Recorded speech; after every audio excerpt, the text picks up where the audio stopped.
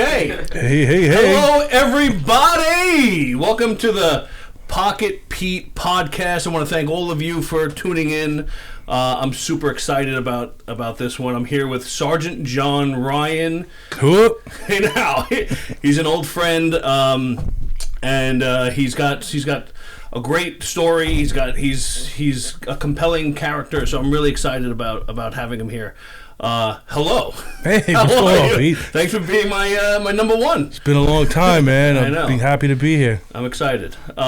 So first, I want to ask you. Maybe we can roll through a timeline. My whole military career. Yeah, like let's talk about maybe starting off like high school. Well, I started off as a poor white boy growing up in the ghetto. No, I'm just kidding. Actually, I grew up in a working class neighborhood, Brentwood, New York, East Brentwood. My father, he was a Vietnam vet. He came back and started working for telecommunications union. My mother, she was a hairdresser, so both parents pretty much worked. So it was me and my younger sister. And it was a good neighborhood, but it was a strict, abusive household. So pretty much when I was reaching my teens, I knew I was going into the military because my father acted like a drill sergeant. So I was like, you know what? This is what I want to do. I want to go in. I want to roll around in the dirt and shoot at people, and it seemed like a good thing. So did you feel like you wanted to join the military to please your father, or you felt like it was part of your destiny because that's what he was, or like what was that? Do you remember that feeling of why you felt like it was to be honest, compelling? The feeling was I just wanted to get out of the house. You know, I figured if I stayed in that neighborhood too much longer, I was going to get into trouble. As a lot of my friends that I went to high school with, they stayed in the same neighborhood, wound up going to jail over drugs, fighting. So as soon as I graduated high school, approximately 1 week to the day, I went to basic training and served for 3 years. Just missed Desert Storm because my MOS, it was a 6-month MOS. What's an MOS? Military Occupational Specialty. It's pretty much your job. So you go to school for it. And I picked ComSec repair because, you know, you needed brains. You know, it wasn't, you're with the grunts, but you still need brains, you know, and you have a top secret clearance. So I did that, and it seemed like everywhere I went, there was like a jinx following me. It was like some southerner was like either over me or just like in charge, and we just never meshed. So that was that, you know. It was just, you feel like because you were a New Yorker, and yeah, there were southerners. There was a lot of prejudice. Yeah. So I did 3 years. I got out, and I worked a few jobs. I worked at 84 Lumber. I worked at United Ceramic Tile, driving a truck. Then I got an iron worker job. That's actually where I met PocketPete. But one day. So wait. So you left the military. Yes. You worked several jobs. Right, several. You got into the Ironworkers Union, which is a great union. Oh yes. And then how did you end up back? Because when we met, you had just come back from Iraq. That was the first time. Yeah. Because right after my son was born, I had got hurt on a job in Stony Brook. I was connecting, and I fell, landed on a beam, and I was out of commission for a while. So I would get up hurt and pretend I was going to work because I just had a baby. My wife had postpartum depression. I didn't want to stay in the house for that. So I would go to the diner, read the paper, and they had flyers up. Wait, for you would read the paper for 8 hours? No, for a couple hours, and then I would drive around. Uh-oh, my ride's here. No, well, there was a flyer in the window that said, if you have construction knowledge and prior service military, you can join the Seabees. So I was like, what the hell, you know? So I went down to Recruiter and signed up without telling the wife. John was just a baby at the time. And as soon as I signed up, like maybe 6 months later, 9/11 happened. So I was down there with the ironworkers. I don't know if you were down there, but me, Bo Smith, a couple other guys, we were doing cleanup, and then getting rid of some of the beams. I didn't know you were down there. So yeah, for 2 days. Oh, so you just went down there just to volunteer? Yeah, I wasn't actually in the union yet. So you went down there to volunteer. Yeah. What did you see? Like, out of everything that I've seen, like in war, like blown up bodies, it was the worst sight. Because I've never went into the Twin Towers, but I've been in the city to stand there and look up at it. And when you go down there and you're standing on it, and they handed out paper masks that you couldn't, within 3 minutes, you couldn't breathe through them, so you'd take it off. You'd go get another one, another 3 minutes, and then we got fed up, and we were like, you know what, forget the mask. So you're just sitting there breathing in all that toxic fumes. It was like a combination of burning body, lead, asbestos, jet fuel, like whatever concoction was down there, that's what we were breathing in. And that's why all these brave souls losing their lives because of that shit. Yeah. Stuff.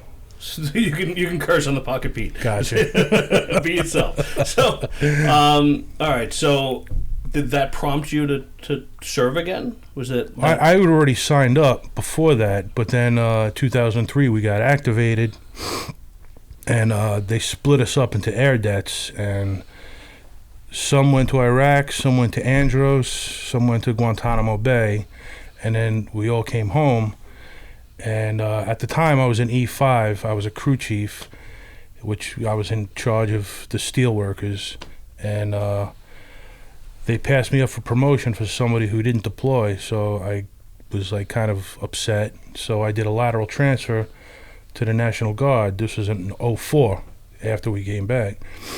And I don't know when I met you. It had to be around that time because I was already divorced, and I think I already switched over to the Army National Guard. So can we talk about that for a minute? Like, sure. So, you went to Iraq. You saw action in Iraq. A little bit. Okay. Not a lot. And then you came home. Were you married when you came home? When I came home, my wife left me the day I got home. So it was kind of tough, because John, my son, was still a baby, and I thought we were gonna have some family time. And the day she picked me up from the airport late, we went to go get my son, and that's when she sprung on me that she wasn't in love, and she wanted to move out. So she took my son, and we had a dog named Muggsy. And it just left, and I was just like dumbfounded. It was like I thought I was being punked. I'm looking under the bed like this can't be real. They're gonna walk back in any minute now. But unfortunately, it was a real deal.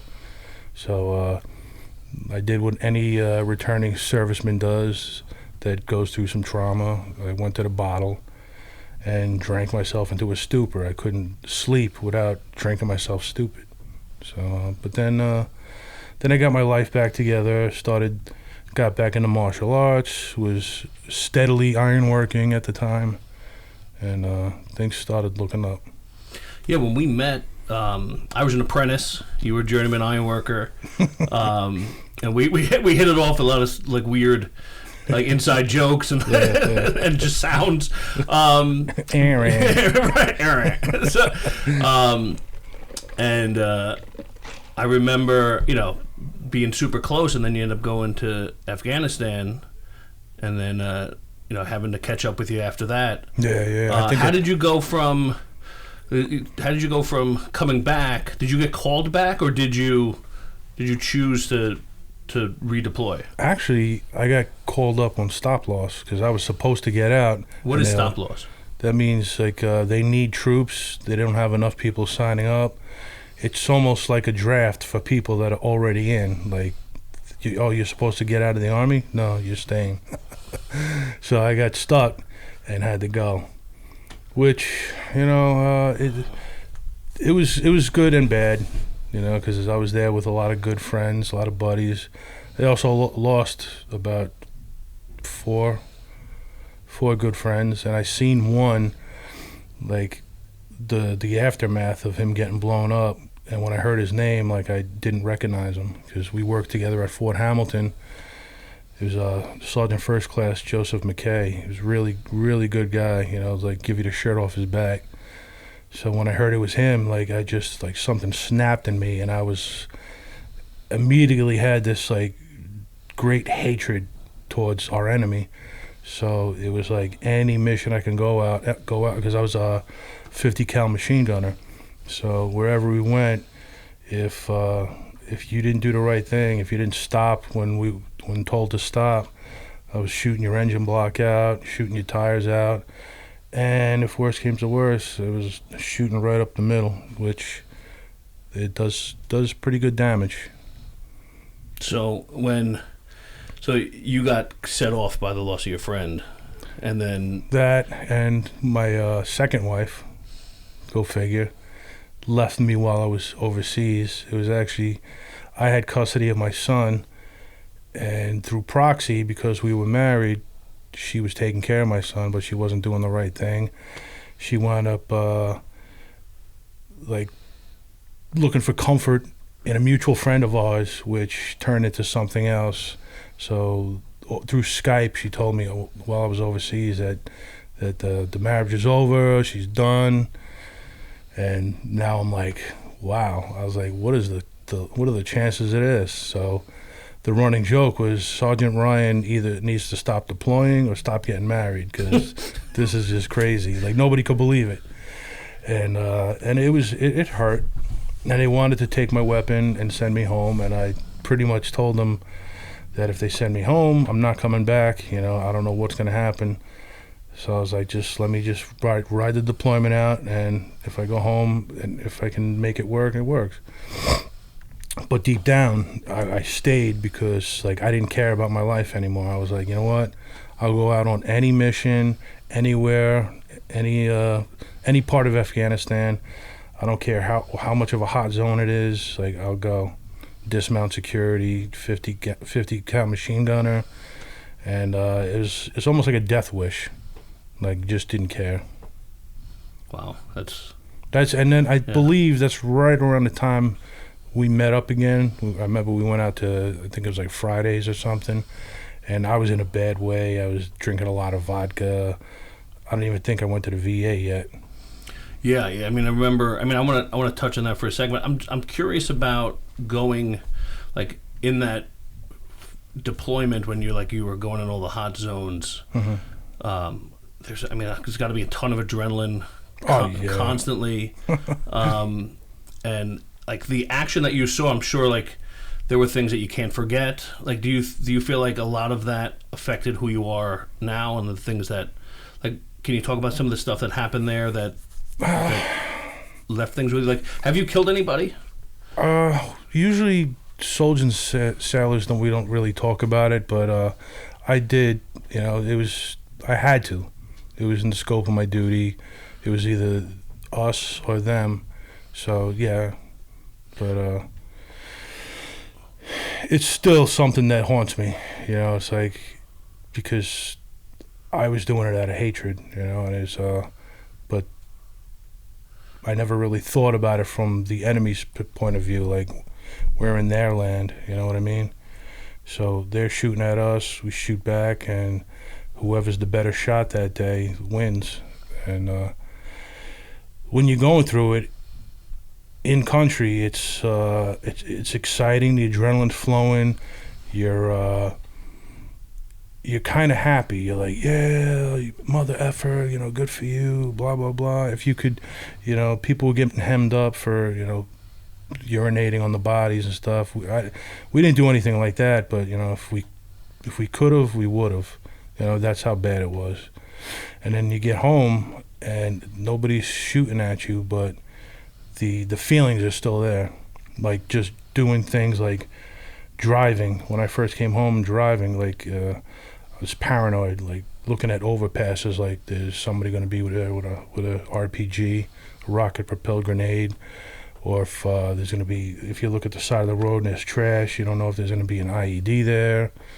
And it's just, it's even to, you know, like, even right now, if I go to the supermarket, just being around people, like if it's too crowded, I get paranoid. Like I have to have my back towards something. I got to like see where all the exits are, and if it gets too bad, I just leave. Without getting what I'm supposed to get. Yeah, I mean, it's amazing that like just a few years. I mean, how much time was that time frame where like all that adrenaline and all that like anxiety, was that 6 months? Was it 3 months? In Afghanistan, it was about 14 months, and Iraq and Guantanamo, maybe 6 months. But, and it's been probably 15 years, right? Yeah, well, like I was, I think I was explaining to you the other day. It's like a snap of a finger, in the grand scheme of your whole life.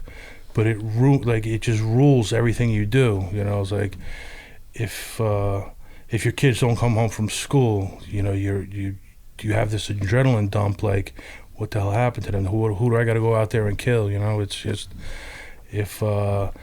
if the dogs start barking at night, I jump out of bed and look for the first weapon near me so I can, go see what the hell's going on.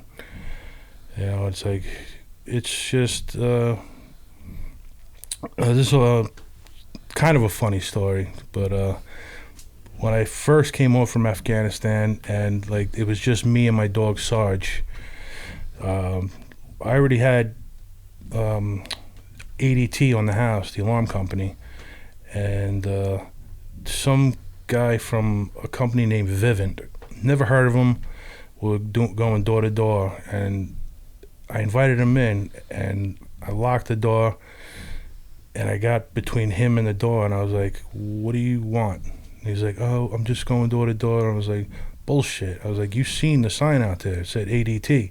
I was like, what the fuck is Vivint? And I was like, what are you doing here? And I had my K-bar right here, and I had a bottle of vodka sitting like within arm's reach.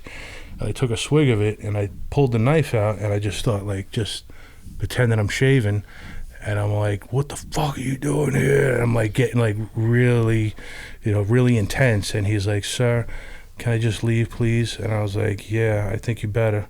So I let him go, and I guess about 20 minutes later, I called up the company, and I was like, did you have a guy in my neighborhood approximately this time going door to door?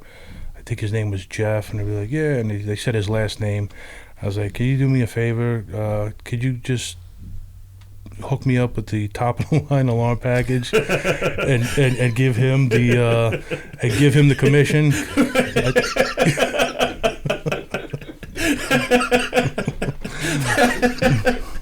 That was the greatest sale of his life right there.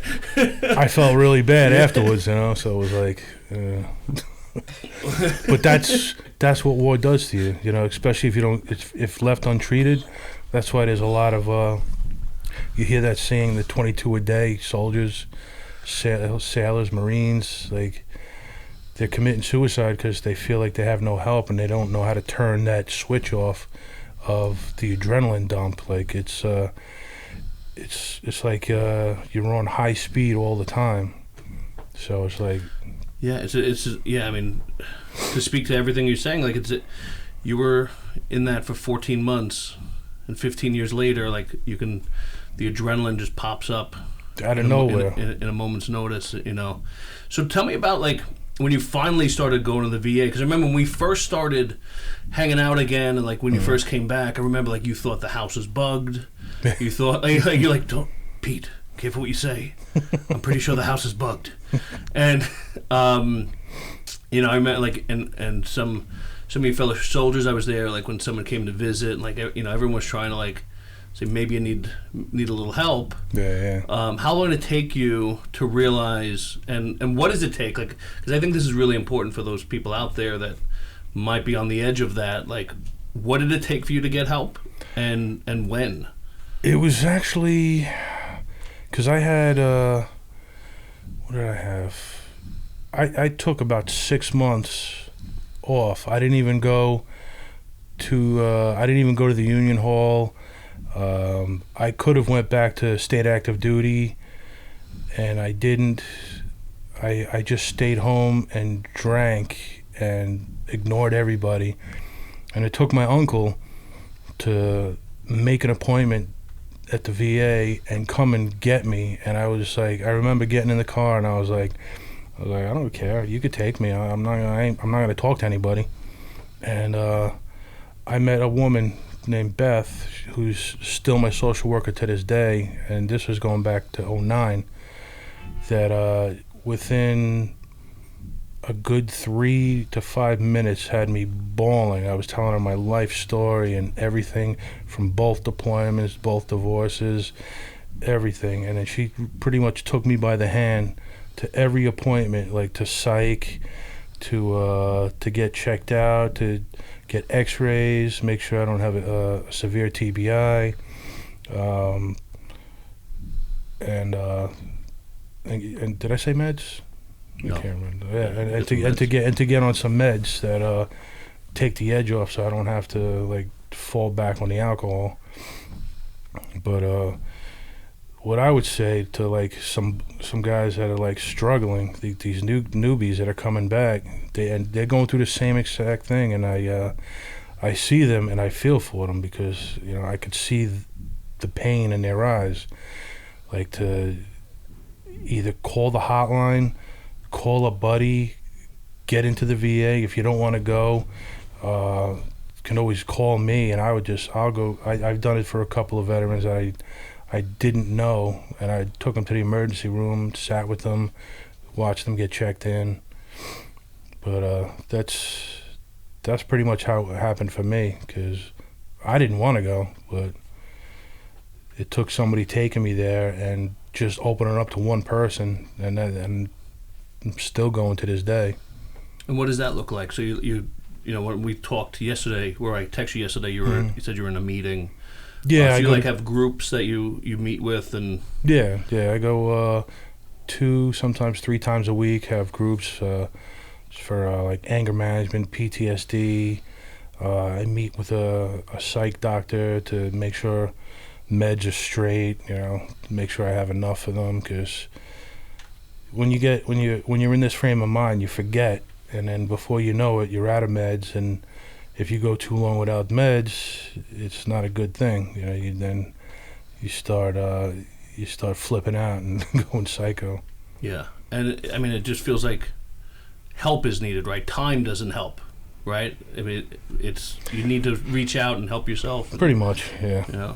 Well, the other thing that's always been on my mind is like when you worked for the MTA for a while, right? But you had. I remember, like you sent me pictures with the train station. With the train station. Oh, that's what it was called, Task Force Empire Shield. It was part of the National Guard, where it's still going on to this day, where we were guarding all the train stations, the airports, in case any more terrorist attacks came. Right. So. I remember thinking, because you sent me a picture of what you're doing, like there was no work at the Ironworker, so you got a job there. Yeah. And I remember thinking, thank God he's better, because they gave him a machine gun. But good idea, right? So, but you obviously you still had some stuff going on. Yeah. How did that happen? How did they? Because something could have went wrong. You know what happens? Every soldier, every Marine, when you're coming home, you don't want to get stuck somewhere being monitored, poked and prodded. You just want to get home. So it's pretty much like check the box. Be like, did you see anything horrible over there? Nope. Did you get blown up? Nope.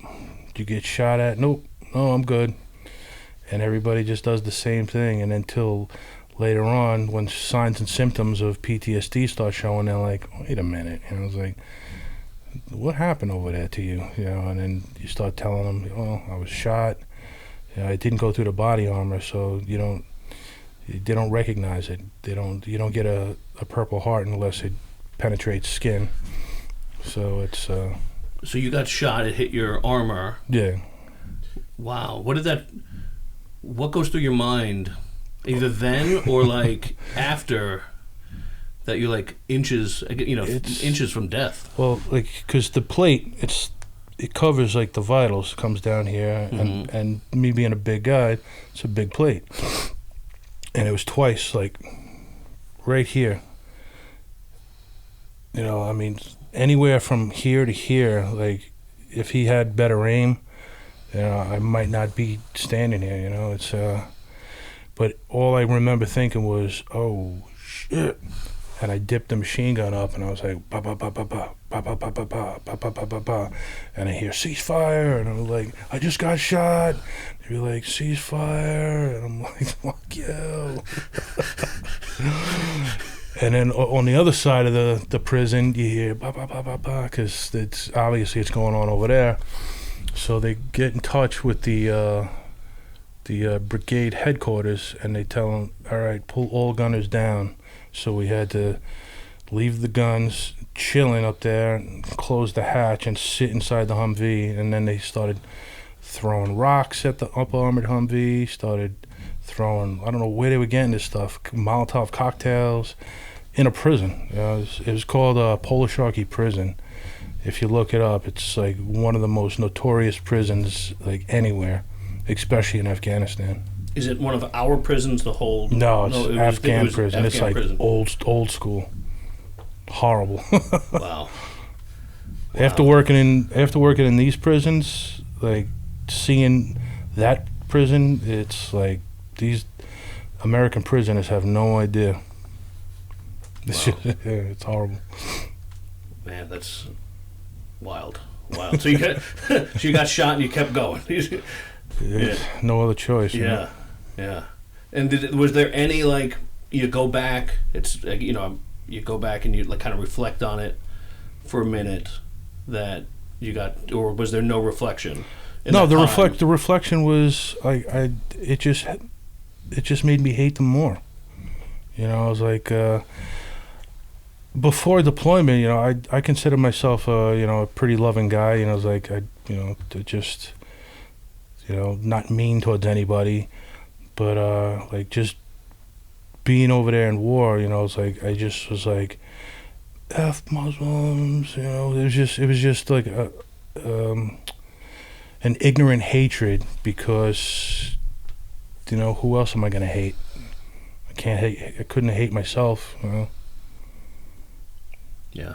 Nowadays, it's more of like the hate's like gets dumped. I dump the hate on myself. So every time I do that, I got to remember, you know, just take it easy, you know. It's life, you know.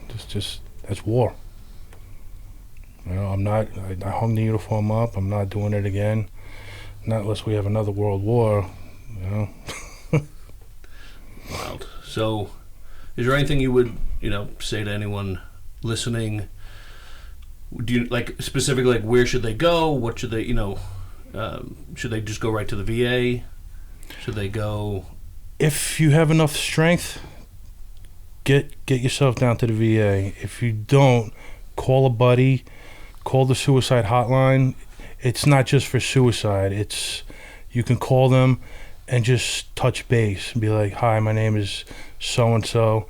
I just wanted to call because, you know, it's like I've been having a little bit of a hard time, and I just want to reach out.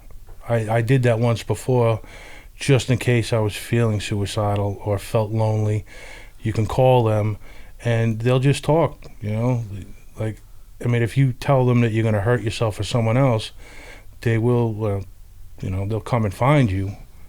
But it's always good to know that there's somebody that you can talk to if you think you have no one to talk to.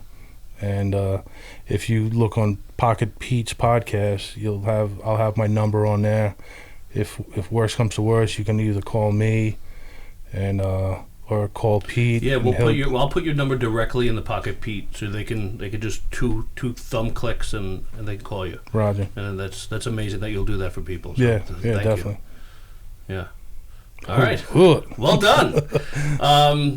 You have anything else you want to say to the world? My wallet's gone. right, thank you to everyone for tuning into the first Pocket Pete podcast. I don't know how we're going to beat this.